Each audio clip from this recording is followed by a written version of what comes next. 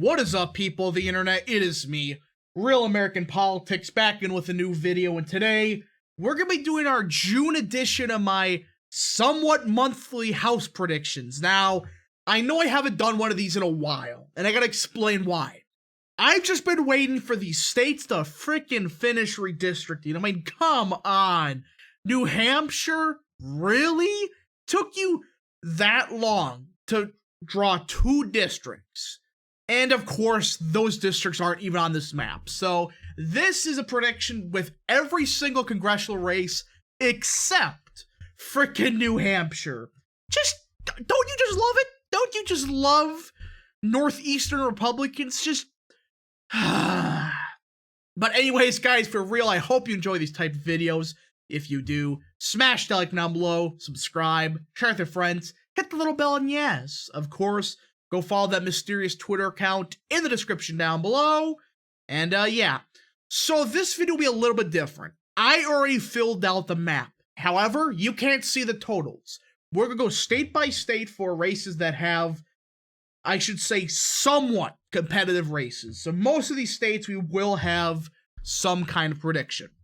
So Arizona, I currently project Republicans will flip 2 of the districts here.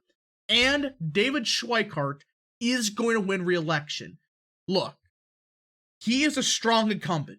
In a red wave year, in a seat Biden won by only 1/2, I just don't see him losing that race. Now, is it possible?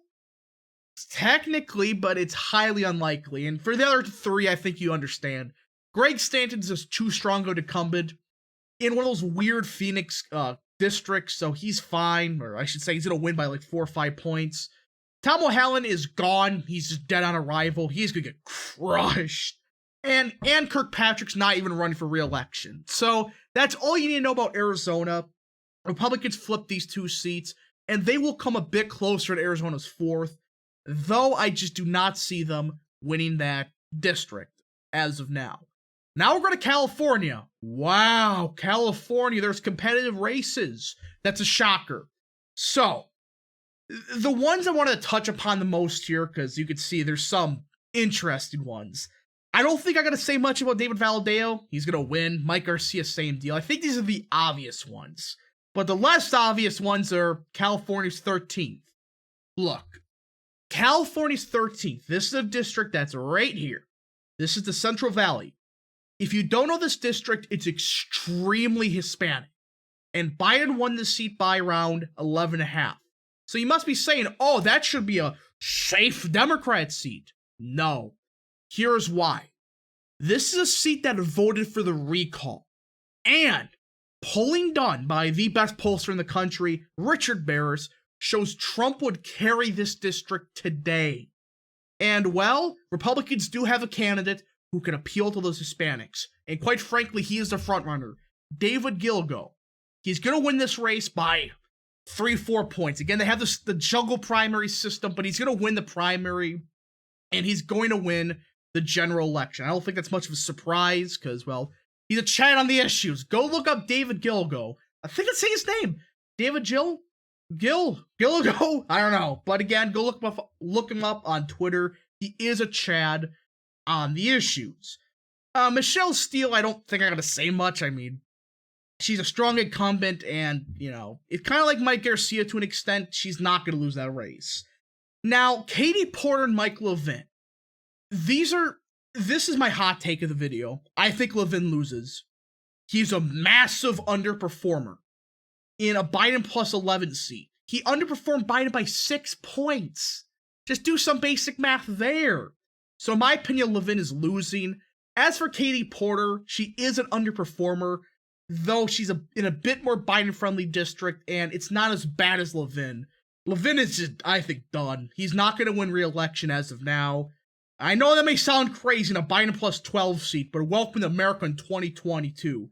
It's a mess. So California, again, there's a few other races, but it's, in a nutshell, they're going to flip like 2 or 3 races.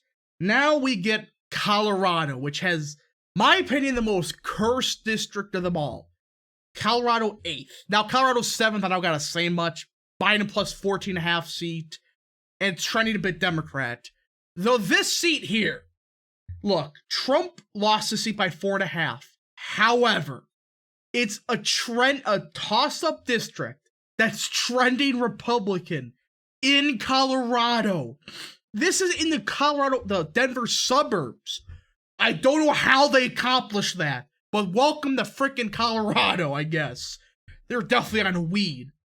I mean, seriously, a Republican trending toss-up seat in Colorado in the year 2022. That's a huge win, and Republicans are going to win that race. I just don't see how Democrats win. It's only a Biden plus 4.5 seat. You're not winning that race as of now. Now we're going up to a state that, this may be the first time, well, outside the governor's race, that I talked about this state. Connecticut. Republicans are going to win a seat here, and I think it should be Connecticut's 5th. This clown here is underperformer, all right, in Connecticut's 5th. She underperformed a no-name candidate by a point. With no funding, the opponent had no funding, and she underperformed Biden by a point. And this is a Biden plus 10 seat. And not only that, she has some pretty major scandals there. And it appears Republicans are going to win this race as of now. That's how it's trending. And as for Connecticut's 2nd, he's underperformer. It's a Biden plus 10 seat. That's kind of the gist in Connecticut, though I do think with Bob Stefanowski, she is just screwed. She is not going to win that race whatsoever. Now we got Florida. Surprise! There's a couple of there's not really that many competitive races. I mean, Florida's 7th, Florida's 13th. Those are safe. Trump won those seats by 5.5. The incumbents aren't even running for re-election. So yeah, those districts are safe Republican. Florida's 15th. That's a Trump plus 3 state district. Essentially, it's be borderline safe.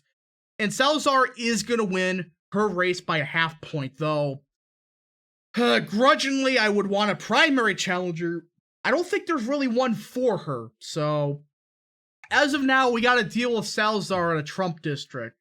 Great. Now, there is one other district I do have. Florida's 23rd. The reason for this is simple. It's a Biden plus 14 seat in the middle of Miami. You know where I'm going towards, all right?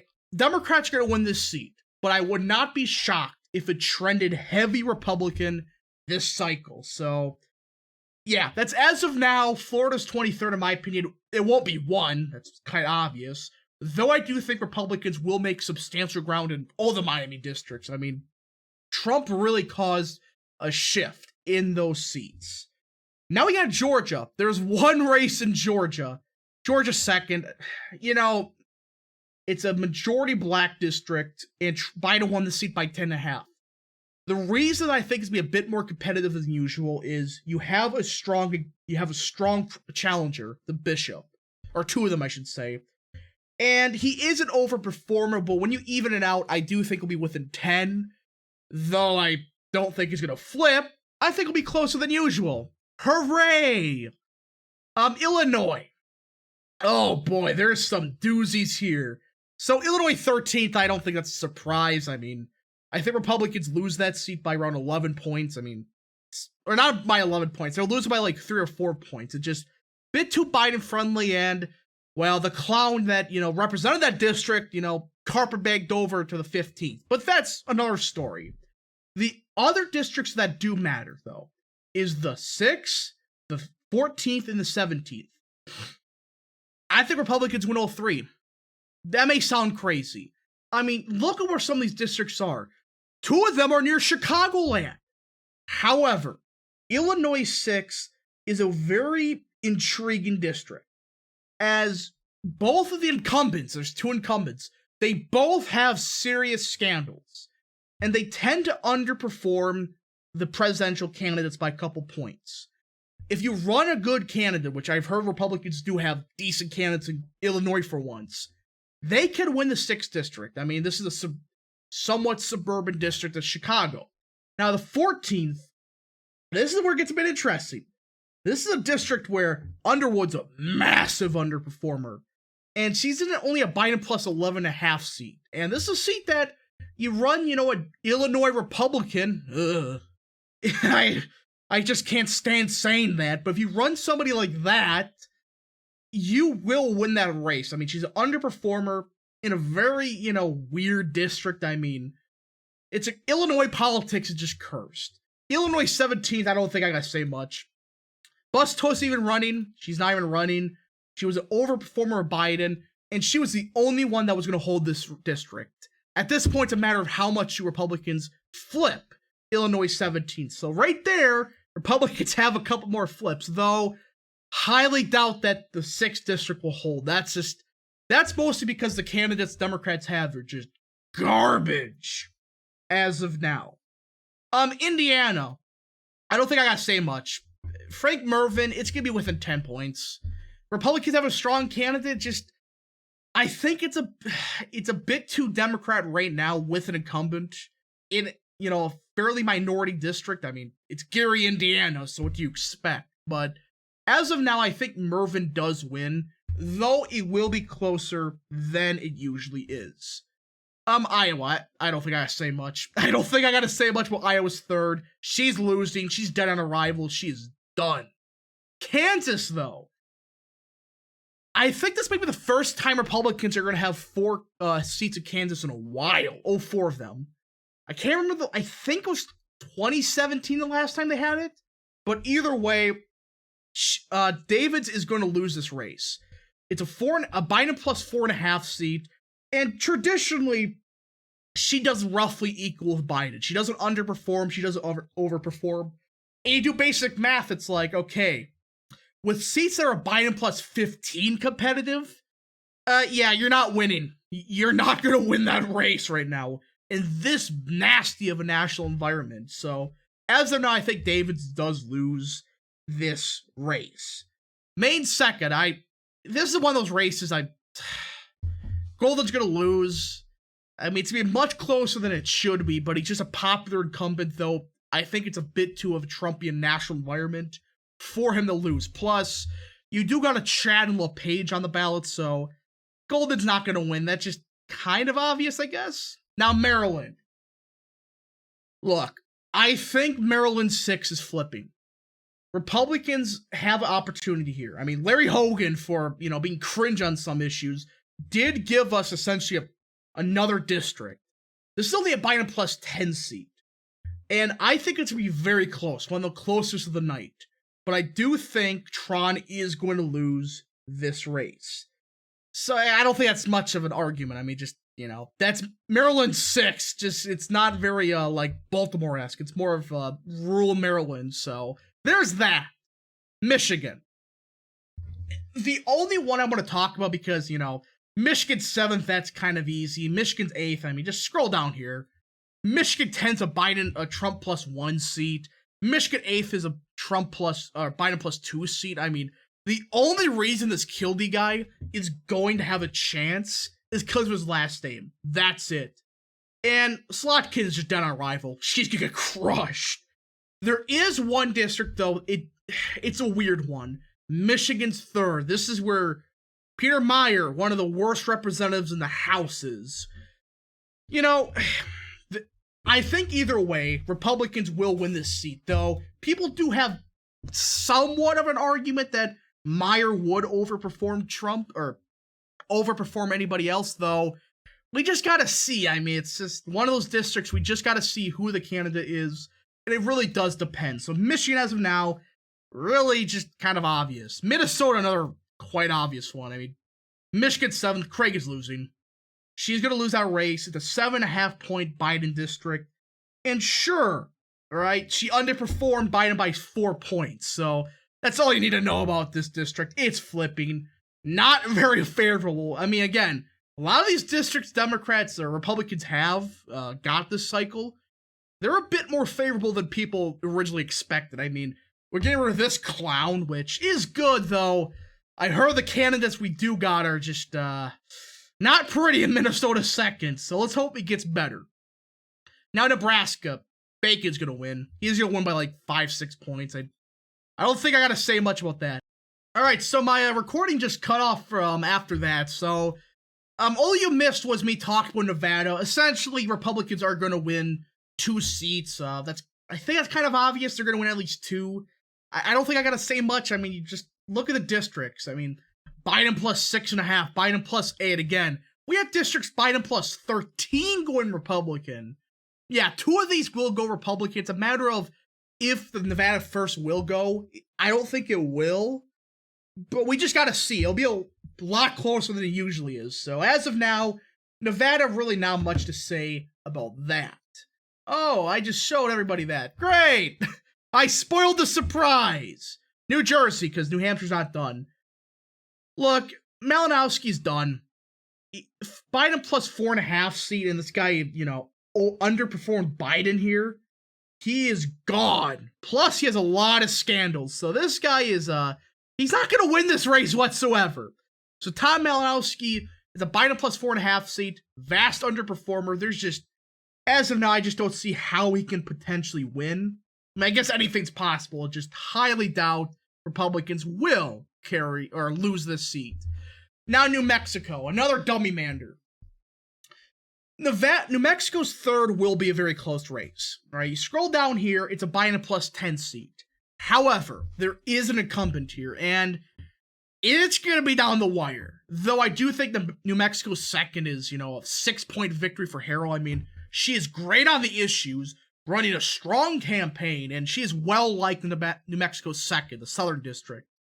It just, New Mexico's third is a hard one. This is a cycle where it could trend like 20 points Republican or something crazy like that. Will it? I don't know. Because as of now, I do think Republicans have a shot here. It'll be closer. That's all I can say for sure. Just, that's a very, very tough race to predict in New Mexico. New York.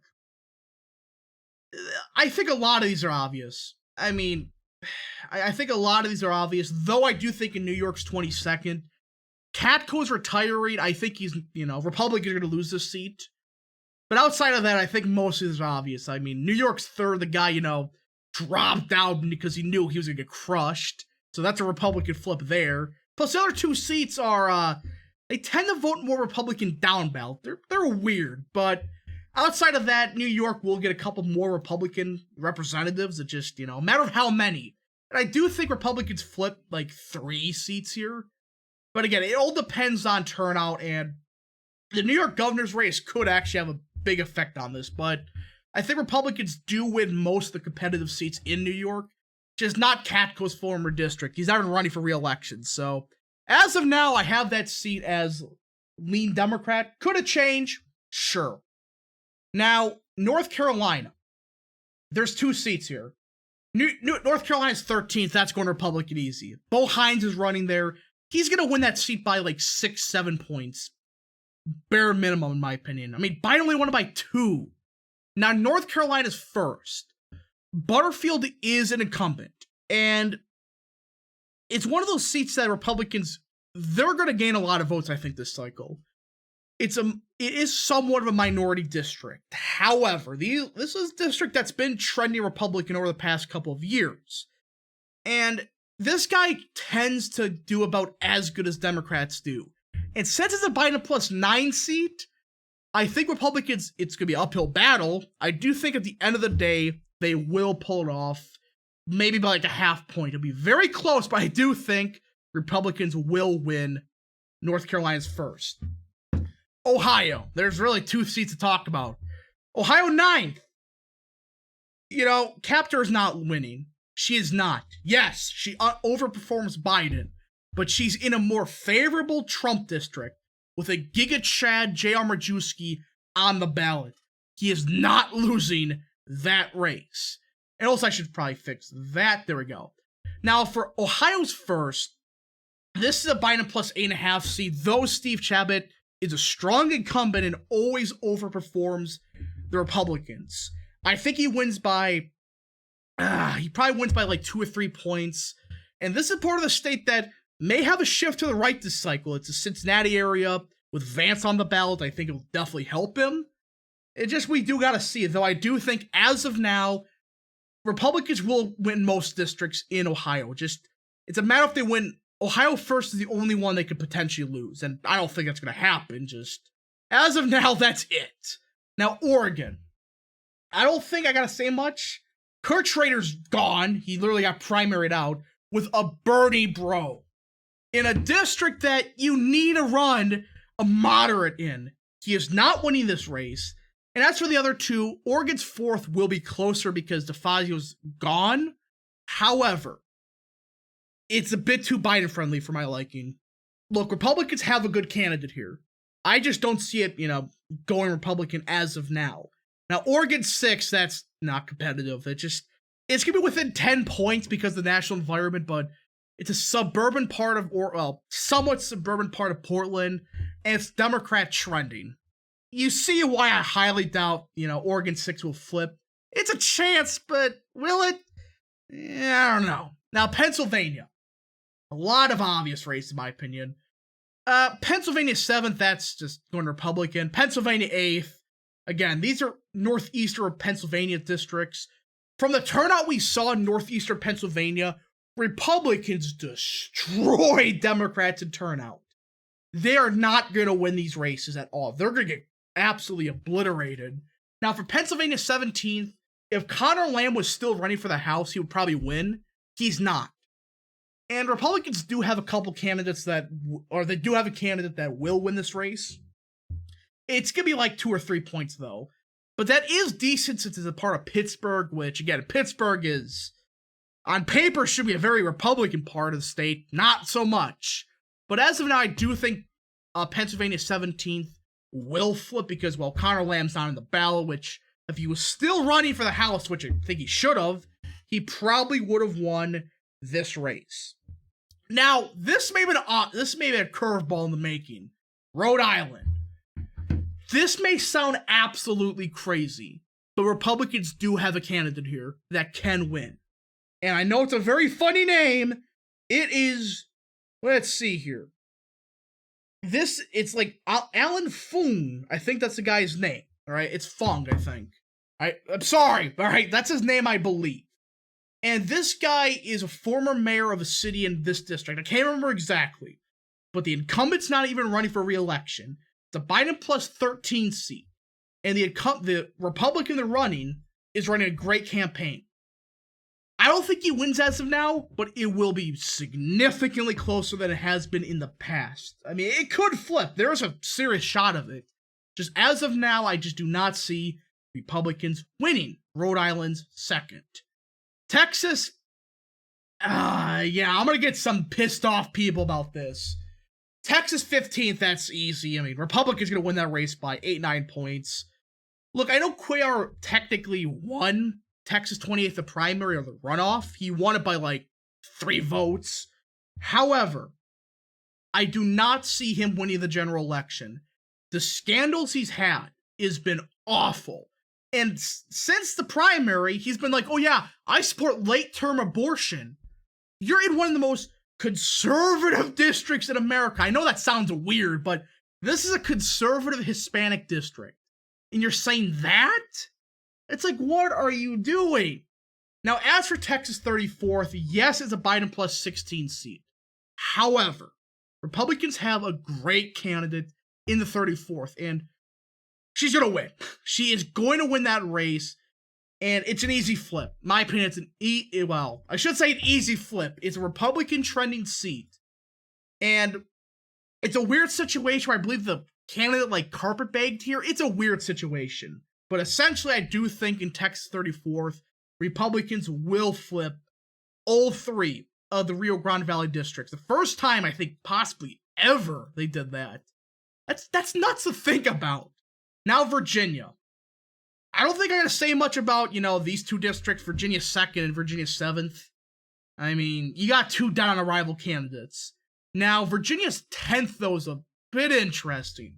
So, this is Jennifer Wexton's district. This is where Loudoun County is. And Republicans have a candidate here. They have a candidate that has a serious shot of winning. Hun Cao. He is a strong candidate. Absolutely strong. And this is a district that, yes, Trump lost by 18.5. but Youngkin only lost by 2. And she's in a vulnerable district, Wexton is. She's in a very vulnerable spot right now. I mean, the Loudoun County stuff, it has pissed off a lot of voters. And plus, in fall 2021, the red wave wasn't as big as it is now. So I do think Cal has a serious shot of winning. Will he win? I don't know, but he's running a great campaign, and I fully support him. I hope he does win, because I just want to flip some seats in Virginia again. But as of now, I do think Wexton will win, but just by a very close margin. Now Washington, all right? Washington's pretty much the second to last state. I don't gotta say much. The 8th is gonna stay flip Republican. She's dead on arrival. And Washington 6, that's kind of an easy one. It's a Biden plus 16 seat. Kilmer's, gonna win, but he's not gonna win by as much as he usually has. So Washington, in my opinion, fairly easy to predict. And Wisconsin, my home state, Ron Kind's not even running. It's a Trump plus 5 seat. Yeah, Ron Kind is going to win. Democrats are going to lose Wisconsin's 3rd. If Ron Kind was on the ballot, Republicans would still win. Derek Van Orden's a Chad, and he's going to represent this district great. He's a great candidate, great on the issues, and in my opinion, would have won if Kim Klacik didn't grift millions of dollars from this race. But that's a different story. And that, folks, is my prediction. And we go to the map here of the United States, and we scroll up. Republicans, in my opinion, as of now, all right, barring New Hampshire, will get 249 House seats. Now, you may be seeing a certain district in Tennessee's 1st. Look, there's totally a real Democrat here. I think his name's like Michael Leon, I think his name is. He's going to win by 80 million votes. It's going to be a landslide, and just kidding. This is a safe Republican seat.